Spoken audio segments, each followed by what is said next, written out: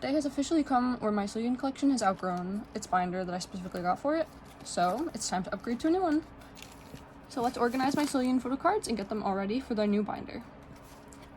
Please ignore the fact that I'm using a champagne glass as a tripod. I just could not get my actual tripod to not show up on camera, so if anyone knows that trick, please let me know. So I got this book a few years ago, I believe off of maybe Etsy, but inside I just have a little Sullyoon freebie that I got with an order. Admire Lenticular, Admire album cards and ID card, Admire era Make Star Lucky Draw set, Antwerp album cards. This is a limited. This is, I believe, the light version. Antwerp light version, and this one is K-Town For You with the limited edition album. The left is the With Moo Pob, and the right is the one that came with the Hello 82 signed albums. This is the Music Korea Pob, and this one is K-Town For You Lucky Draw. This is a Music Korea Lucky Draw. And this is actually one of my favorite Sullyoon cards. I was looking for it for ages because the back is a little cat drawing, because the monopole lore that they had for a while.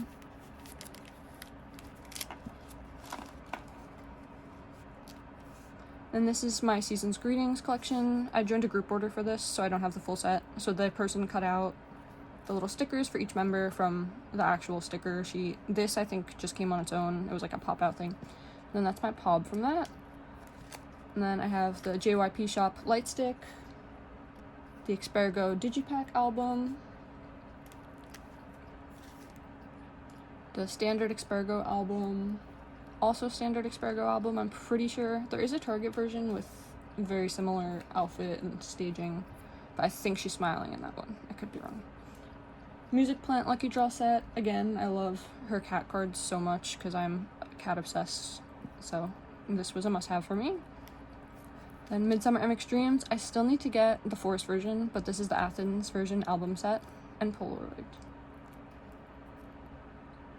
And this is the K-Town For You Pob for a Midsummer NMIXX Dream era. I love carnations, so I had to get that one. FE304 Break. This is the Mixed Blood version. This is from the limited album, I believe. The other one is the Hidden Helper keychain with like the furry jellyfish. I believe they're supposed to be jellyfish. I always think they're bunnies. This is the Square One version that I pulled. I was very happy to pull that. And these are my FE304 stick out. I have to catch up on this era. I don't have as many as I would like to. This is FE304 Forward, Target version. That was another pull that I was very happy with. And then we have my Blue Valentine, and the rest of my book, I ran out of space in my NMIXX book, which I will show you shortly. And then I just have extra freebies that I got from, I believe, the same group orders as the cover one. Okay, and then I also have some extra Sullyons that I got recently, and I knew that I was getting a new binder, so I didn't put them away yet. But I have Blue Valentine album cards. I got these in a set on Mercari. Every once in a while you get a really good deal and you can find an entire album set, which I love doing, so I was waiting for one of those to come through.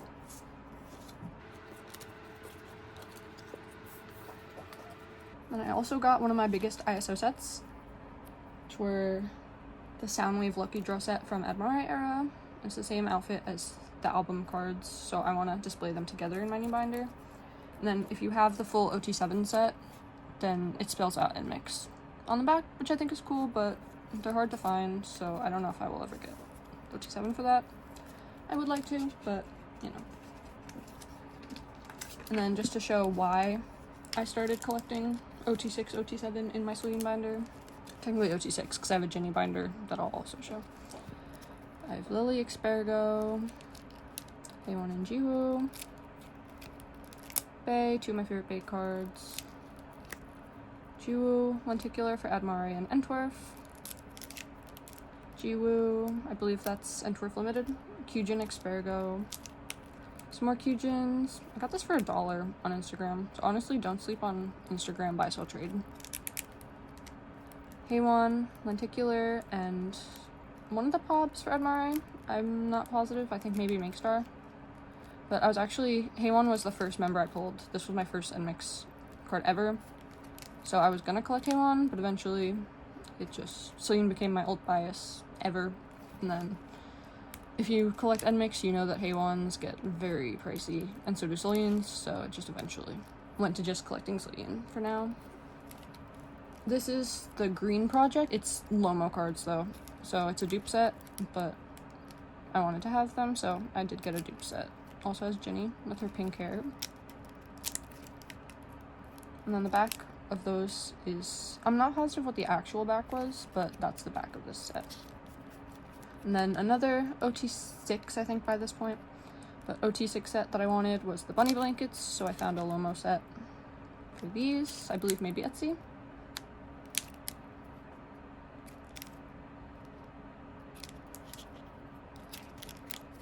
And that's the back for those. So I also have some loose OT6-ish. I say OT6, I was an OT7 stan from NMIXX era, but I have a separate Jinny collection, so for all intents and purposes in that regard, this is just OT6. So I have Haewon, I believe this was Expargo, and Torf. I actually got this for free with my light stick that I bought on Mercari, so I was very happy for that. Lily Cinnamoroll, I think this was Star River? Yeah, this is Star River set. I only have half of it so far, but I love Sanrio. So I started with the Sullyoon. I actually joined a group order for that when it actually happened. Then I got Bae and Lily more recently off of Mercari. And then I also have Kuromi Sullyoon from FE304 Break era. That was Everline VC. And then from Blue Valentine era, Makestar. I have Sullyoon with the reddish My Melody. And then I also have this card from NMIXX era for Sullyoon. I believe this is the K-Town for You VC version.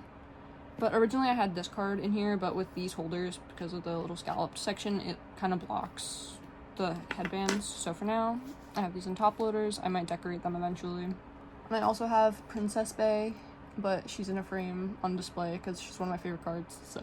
And to finish it off, this is my little Jinny collection. Originally I was collecting her and Sullyoon for a while, so I have matching for them because they were, Sullyoon was my bias, and then Jinny was my bias wrecker, and then December 8th or whatever day it was happened. So I have one of the I have one of the concept photos from An Iron Hand and a Velvet Glove as her cover. It's broken, unfortunately. This used to be my Sullyoon binder until it started breaking, and I was like, okay, let me get pink for her. So I have NMIXX Lenticular, NMIXX album cards and ID, NMIXX Pobs. I don't have them listed because I actually went through Sullyoon templates earlier to figure out what my Sullyons were. This was just going to be a Sullyoon video, but I figured while we're showing them. Entwerf, this I believe was the limited box that I joined a group order for. Entwerf jewel case, I also joined a group order for that on Instagram. And then this is the envelope that comes with Iron Hand and a Velvet Glove. The concept cards come in that, I believe. It might also be the selfie photo card. Then I have my concept cards, lenticular. I'm sorry if there's any cat hair in my binders at all. I have several cats, so. Speaking of cats, Cat Jinny. I had the pink version that I got the actual album of. I got the signed copy, but then I also bought a bunch on Mercari for the iron version. So I had the Velvet Glove version that I had bought. I mean, the Iron Hand one is so cool. I had to get them. And then that's unfortunately it until I can get OS photocards, but they don't seem that easy to get here in America, unfortunately. But I keep an eye out on Mercari constantly. And now for my new binder. I've never had like one of these proper closure ones, so I'm excited. I'm trying to avoid the champagne glass that I'm currently using, but I have like the little pockets. People do such cool deco of these, so I'm excited to do my first real deco. Probably gonna use this for NMIXX as well, just because I'm guessing I'm gonna have a lot of room in here. So I want to do similar outfits on pages together, because I love how that looks. I'm always on like collection Instagram and looking at people's binders just because I think it's so cool to see how people do it and how they deco. So yeah, on the way I currently have 2 Heavy Serenade era pops and inclusions from one of those group orders. Usually when I do group orders for a certain hob, I usually just get 1 set of inclusions from one of those, which also means that unfortunately it can take a while based on when that group order is done. So I don't really know what Sullyoons I have for Heavy Serenade yet, but I'm excited to find out. I get some of my cards from group orders. That's why I have so many Antwerp compared to the other eras, because that's when I discovered group orders. And I was like, whoa, you can get everything so cheap for now. And then over time, I collect what I'm missing from Mercari, and I don't really collect every single card as much as I would like to. It just doesn't seem really practical for me. I think it's very cool if you are able to, though. Then you have just the coolest binders ever. For my sleeves, I like to use the hollow heart ones. I just think they look really cute. But I actually have seen on Etsy that people make custom sleeves with groups light sticks. I've seen them for Stray Kids. So if they ever make NMIXX ones, maybe I'll get those for my NMIXX collection. So yeah, these are top opening. I usually like the top opening for some reason. I feel like the bottom opening, I'd be worried about them like scratching against the seam right there. I only single sleeve at the moment. I feel like I should double sleeve. So if you have a strong opinion on that or advice either way, let me know. Because I'm honestly not 100% sure what the real difference is other than blocking the opening. And also for this binder, I'm only going to do one side for now, unless I really run out of room, because I like to be able to see the backs, especially for like collection photos. I like to be able to have the backs easily viewable, because if I was working on like a blue post in general, then I have this, or if I'm doing like a black and white post. So I'm actually, in addition to being a Sullyoon collector, I have to have a job to do this, obviously. And so I'm a music blogger, and so I actually get to write about some of my favorite K-pop releases, and that gets me into a lot of cool groups.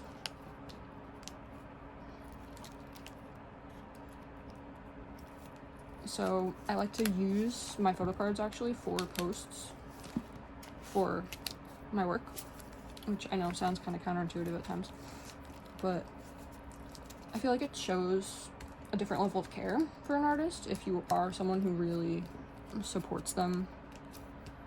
I've discovered so many good groups from being a blogger. Sorry, I painted my nails today and it's hard to get these out now with these PVC sleeves. Or PVC pages, rather. I would never use PVC sleeves, of course. But I've discovered so many great groups. Not discovered, like, I wasn't a K-poppy when I started blogging. Which I was. I think that would have been really cool. But that's honestly a big reason I got into K-pop.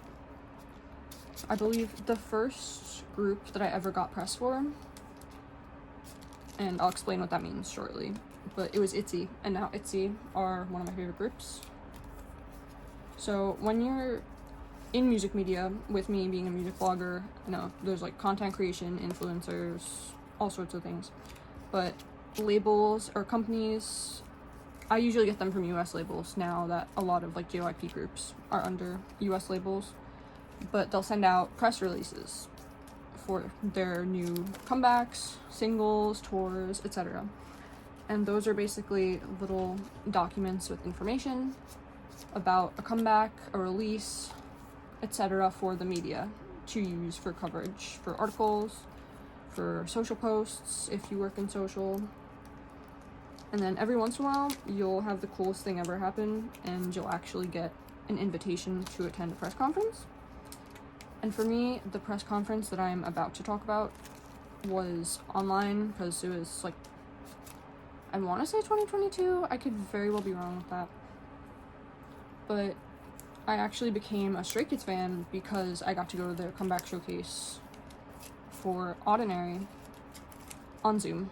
Or no, on YouTube Live, I want to say.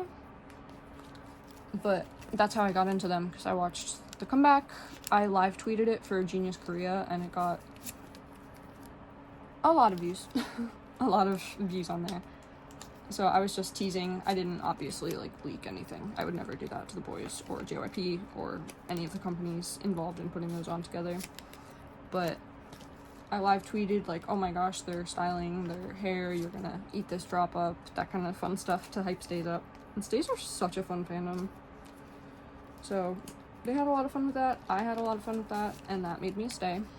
So by the next comeback, I don't know if that's when they shifted to in-person press conferences, but that was my last Stray Kids conference. I'm very, very grateful to have had that opportunity, because it's just really cool to see, even if you don't listen to a group, just to see them in like that environment where they're more focused on discovery and telling their story than just like, this is the wrong word, but fan service in a way.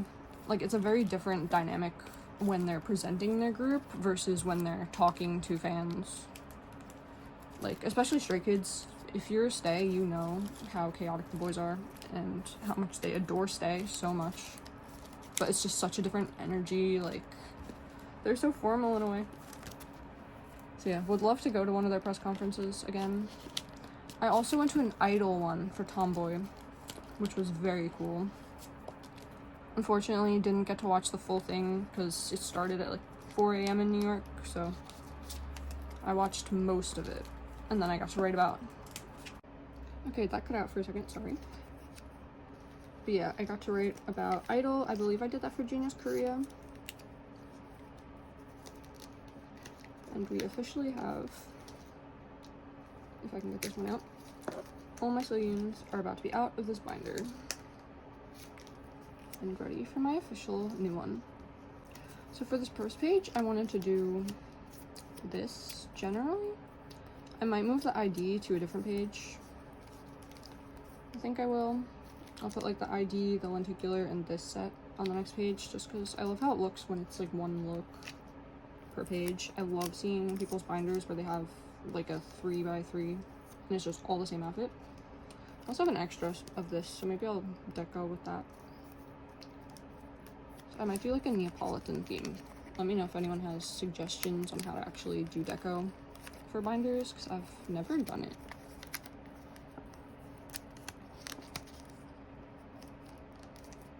I'm also curious with people, because some people know like exactly what fan call, fan sign, event their cards came from. If anyone like tracks that other than templates, I'm very curious to see how. I might actually change the sleeve on this because it is a little big, as you can see. It was okay on my last binder because it would just pop out, but for this one, I want to keep it nice and neat.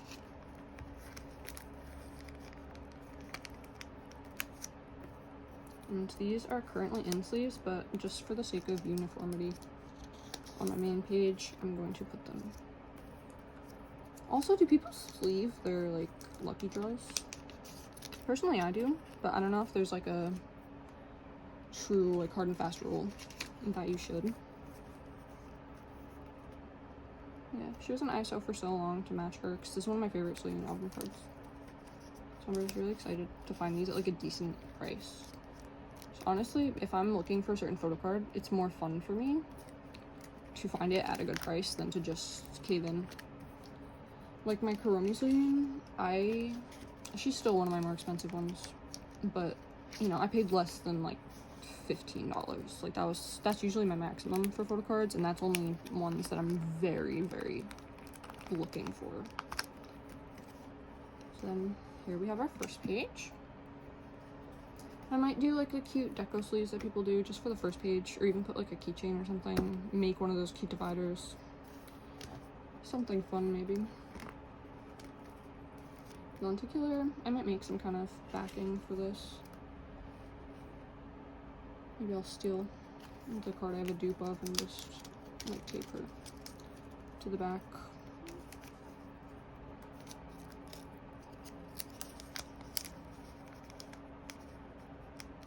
But yeah, so after those comeback showcases that I got to watch, I became major stay. Like, they're my old boy group. I love i-dle. I do have to keep, like, catch up on their more recent releases, but I do love i-dle. They're very talented girls. We'll always support them. This is also a bigger sleeve, so I'm gonna swap this out.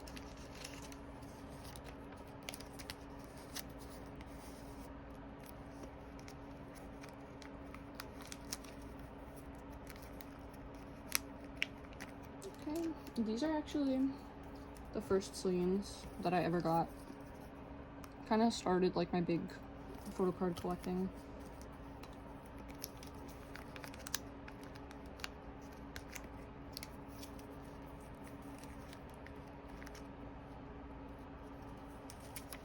I feel like it's such a commitment to get like a big binder for an i-dle versus having the collect book. Not that it makes you like a better collector or anything, but it just feels so official. Like, the only group other than now NMIXX that I have this for is aespa, and they were like one of my first groups that I got into, like, buying albums. I don't have merch really for them, but it felt like such a commitment to be like, I love this group so much, I'm putting them in a big binder. I'm gonna get enough cards to get a big binder for this group.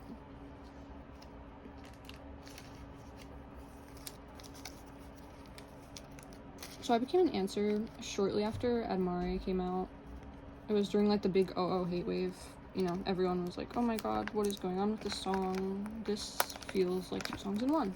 And I might actually make a video about this, but I had this theory from, maybe not the beginning, but I had this theory pretty early on, that it was very much intentional, and I feel like I actually wrote an article about it, so I'll put that in like the description. But my theory was that it was purposely disjointed, so you purposely got the idea of NMIXX in your head faster. You know, obviously that was very hard error for the girls. I would never wish that on them whatsoever. It also just felt very intentional from JYP the company, that they would put the theme center stage so early on, and I feel like that long term kind of helped them with their branding, because then everyone was expecting it for Dice, and Dice, the switch up became viral. Kyujin's part, big wave, like everyone was doing the dance using the audio. There was like that one remix sound of it on like Instagram, TikTok. I'm blanking on what the actual, you probably know what I'm talking about if you're in the fandom and were back then. But, you know, NTWRF happened, and we're on NTWRF. So I became an answer during that hate wave. I had seen so many people complaining about it and saying, you know, it doesn't make sense, this is a waste of the girls' talents. I liked OO, so I don't agree with that, but, you know, if you were there, you know exactly what I'm talking about here, unfortunately. And so I saw so much hate on it, and I was like, I want to understand this song. Like, I just want to see what they were actually intending for this. Like, is it really that bad? So I listened to it a few times. I didn't dislike it, but I wasn't as into it. So I sat down and I was like, okay, journalism brain, this is not going to fit, unfortunately, but it's okay. I'll just put it sideways. I'll just put it in my pocket, maybe, eventually. But for now, I'll do this. So I wanted to understand what it was, how it worked, like, why was OO their debut? And so how I did that is I just kept watching stages over and over and over. And that is a really good way to start standing a group immediately, because after I did that, I just got hooked on the song. It's like, I really liked it. It was something fresh, something new. I really like this card back. Alright, my phone died for a minute, but we're back, hopefully. So one night I had watched one of the OO performances where they did the change up with like the outfits and everything in the middle, and it just clicked to me. I don't know. It was just pretty magical. That sounds so cheesy, but I really feel like NMIXX are just so talented all around, and then getting to show both sides of themselves so early on probably won over a lot of fans. Obviously it got them a lot of hate in the process, but I feel like it really showed off how much they're capable of. And so my theory is that it was always 2 separate songs, and then they knew that they wanted to push the mixed pop concept and then mix them together. And I feel like that might be common knowledge-ish now that like the separate versions came out, but that's always been my take on OO, so seeing that come out, like the credits come out, was very validating in that way. And from that performance, I also became a Sullyoon bias.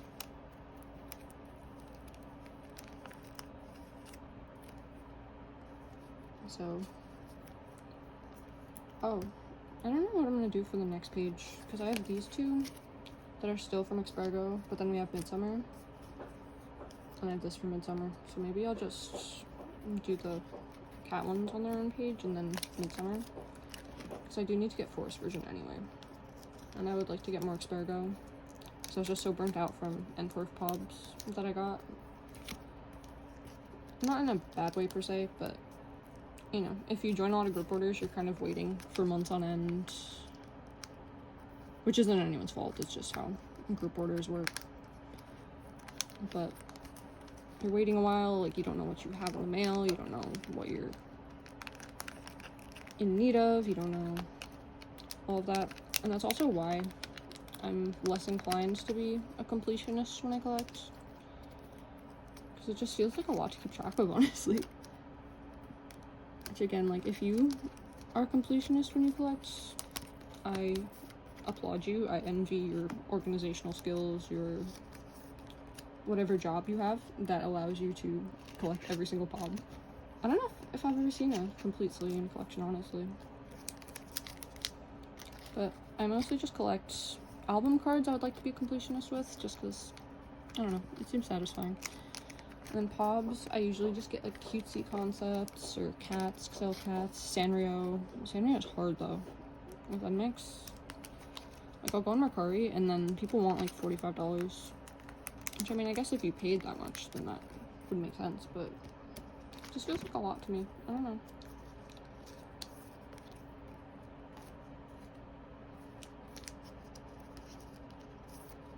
Like, I don't know if people use girl paper in like an actual derogatory way to make fun of collectors, but at the end of the day, it really is just girl paper and boy paper. Or other paper. Obviously, there are more than just girls in the industry. But, you know, girl paper, boy paper, like, it's all paper. Or plastic for lucky draws. So as much as I would love to be a completionist, it just, I don't know. So that's my tiny Midsummer collection. Also, one thing about Midsummer is they had so many Pobs for it. Like, I was even just looking earlier trying to figure out which Sullyoons I had so I can name them in this video. And there are so many. And it's like a 2-song, was it a single album, I guess? It's considered, I don't know if they, no, that was a solo album. Yeah, NMIXX third single, one of my things that, it just felt like a lot of Pobs for not a lot of songs. Ah, capitalism! Does this stick out? This forward, but I only have one forward for now, so I'll just put that with these.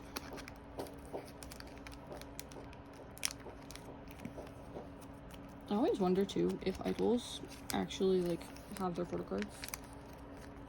Like that one video of Bang Chan in Channy's room, I guess it was, where he's like opening their merch and putting them all in the little collect book. I love that video so much. Like the pure excitement. Like, do they know how excited it is to collect photocards? Like, do they just have like a secret room in like the JYP building of their merch and stuff? I mean, they must have some, because someone just put a ton of JYP photocards on everyone's locker for JYP's comeback.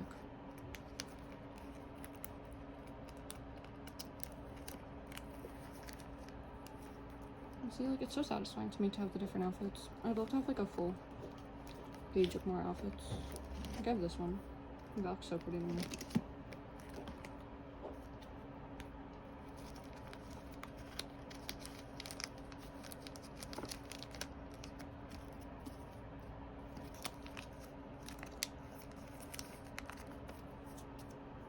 Another artist from JYP. I've had a lot of JYP experiences. I'm very lucky. But I actually got to be part of an interview for NMIXX for their Love Line comeback. So I write for a site called The Honey Pop, and we're by fans for fans. Every person on our team is a fan of something. So we're very passionate about what we do. We know like what fans want to see from their favorite artists, what interview questions they want to ask. And so we actually got to do a NMIXX interview, which was incredible. NMIXX fans with you were so sweet about it. NMIXX tweeted us. So that was another amazing opportunity that I got. And I'm so grateful for all of the press opportunities I get. You know, I'd be very happy to get to interview NMIXX. I've asked about it, but unfortunately it hasn't quite happened yet. So that's also a side, I feel, of media and such that isn't necessarily known for fans, where if a group gets an interview, it's a lot of back and forth. It's like they usually have them available, especially if it's something like JYP Entertainment, where they have Republic Records in the US is doing their press, or was doing their press, through their media network and company. There's like different companies in the US that work with K-pop artists, but basically if I got an interview request, then I would go through that contact, whether I was asking or if I had covered a comeback and then sent over like my coverage and was saying, hey, you know, we would love to interview them if they have availability. A lot of the time it's a while to even confirm whether they're able to do interviews at the moment, and then once that representative will find out if they're available, then that's when they kind of figure out which outlets want to do an interview, where would be the best placement for them at a certain run. Like, for example, like NMIXX did some press with South American magazines when they've done South American shows, for example. Like, a former colleague of mine actually got to interview them, and it was great. I'll see if I can find that to put below.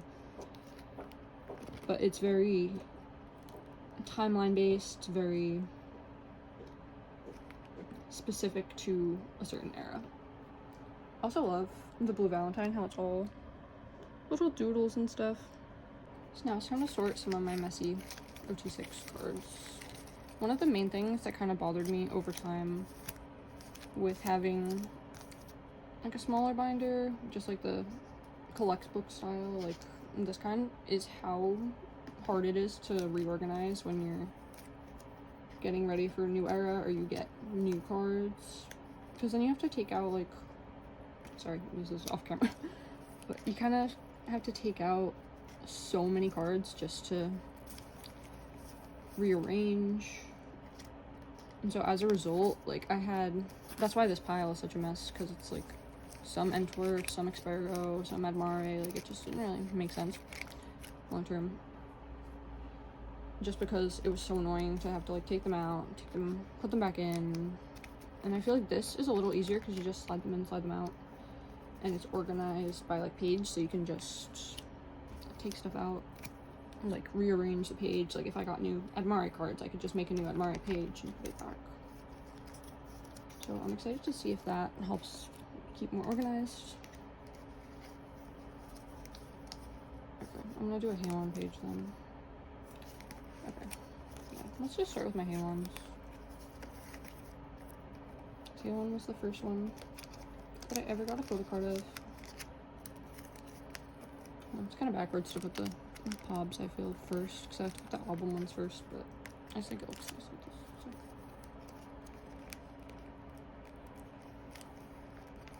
See, like, that just goes in so much more smoothly than the collect books, I feel. Especially for big collections, at least. Wait. Oh, this is gonna be such a satisfying page, actually. So I'm gonna do Jiwoo on one side, and then Kyujin on the next side, and then it's gonna be red and black. Like, you see the vision? Should do backwards. I think the backwards kind of look cool. I don't know. So when I'm collecting, I'll usually go for Sullyoons, like for group orders and stuff, and if there's certain cards that I'm like looking for. But sometimes if I find like another member really cheap, I'll just snatch them up, because you might as well if you're not like selectively collecting. So like this Jiwoo, I think I got for like $3. It's the limited. This Bay, I think, was something like $3. I'm cheap with my cards, so whatever I can get under like $5 is pretty solid. But as I was saying earlier, it's just so much more satisfying to me when you can get cards cheap after looking for them for a while. Like, that's part of the fun of collecting. That sounds funny, like, yay, I get to spend money, that's fun. But, you know, like, knowing that you want something and you can get it for a cheaper price, and then you waited and like scouted and then you got it for that cheaper price. Okay, I'm gonna do my Lomos like on their own pages, probably keeping to what era the original cards were from. So like next I'll do Green Project instead of doing like my next album set.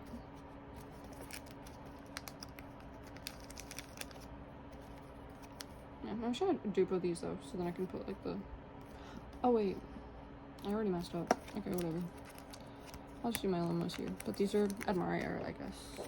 Yeah, because Jenny had the pink. So I might move these to my Admire section later then.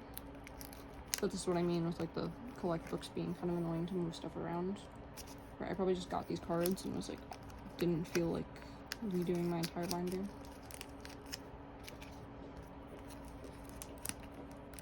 I'm very curious. I feel like Lomo cards and collecting Lomos can be kind of a hot topic. So I'm curious to see like if there's a set that you don't particularly feel like you need the official of, but you can get like a Lomo set, would you get the Lomo set? And then if you got the Lomo set and then you were able to find like your bias cheap later on, would you get the official cards? Because I've seen bunny blanket ones every once in a while on Mercari, and they don't seem that overpriced anymore. But I don't know, I already have the Lomos, so I don't really feel particularly driven to get the official. At least resale. Like if it was supporting the artist directly somehow, then maybe I'd feel differently. But, you know, it's just supporting a reseller if you're buying them after the fact. I think it would be cool if the companies made more ways to buy just photocards and made it like a more, I mean, maybe someone has, like I know Triple S kind of has cool photocard things going on.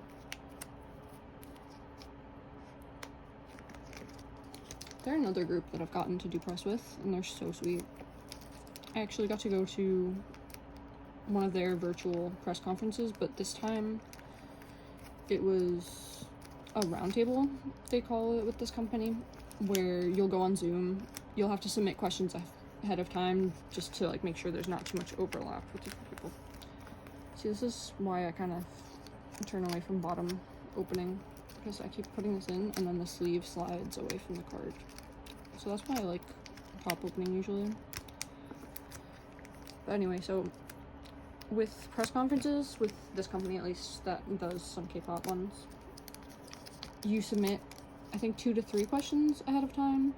Then they like check for overlap, and if there's like certain topics that the company doesn't want to discuss, which I don't think usually happens, depending on the company, I'm sure, and what's actually submitted. But I've never encountered it.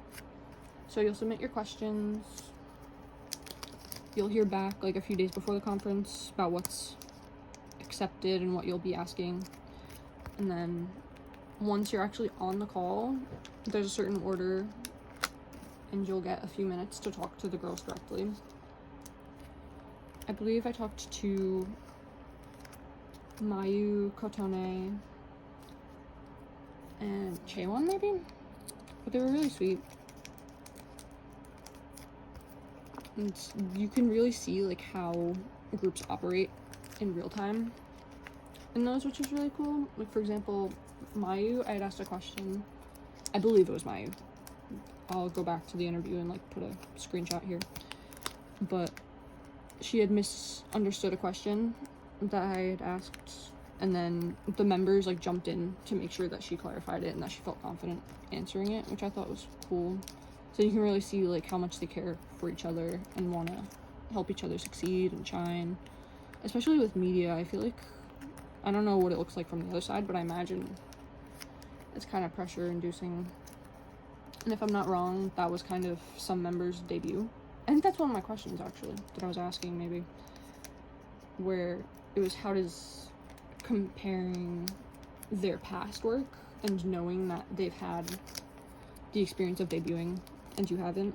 I think maybe that was the exact question that I was talking about a second ago. But one question, I think it might have been that question, was, okay, these are valid, forward. Okay. So one member, the group had actually seen Generation on TV before debuting with some of the members in Evolution, is the subunit that I was interviewing. I'm sorry, I blanked on that earlier, including it. But yeah, they're really sweet. It's really cool to get to do those things and really see K-pop from media side and also fan side. I'm very lucky to get to do that. I'm grateful for every cool opportunity like that. My dream interviews, obviously NMIXX, love NMIXX. aespa are also some of my ults who I would love to interview. ITZY would be really cool full circle for me because they were my first K-pop group that I got like super into when I became like a full-blown K-pop fan because of writing about them.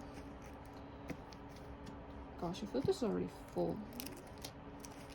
Uh-oh. Might need to order new pages eventually.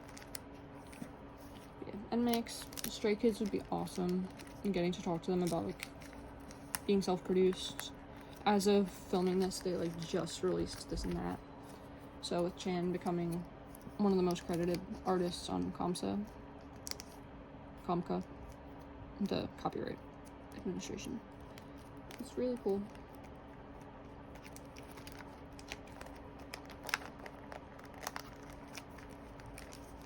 And with that, we're done. Other than decoing, I might do a separate video on deco. But yeah, this is my Sullyoon and NMIXX binder. Freebies I might use for deco at some point. But let's do a little flip through.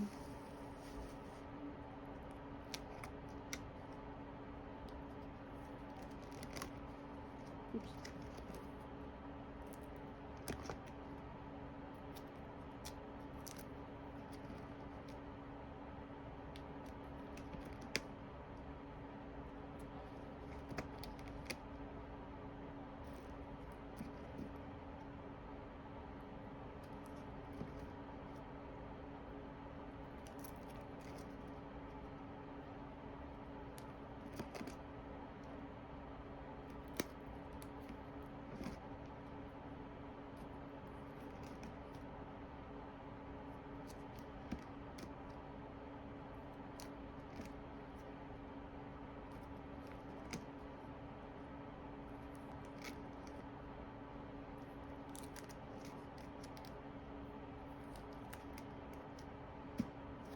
Alright, so thank you so much for watching. If you're interested in more K-pop, fandom, music blogging, music promo, music industry content, feel free to subscribe or follow my socials down below, and hopefully I will see you soon.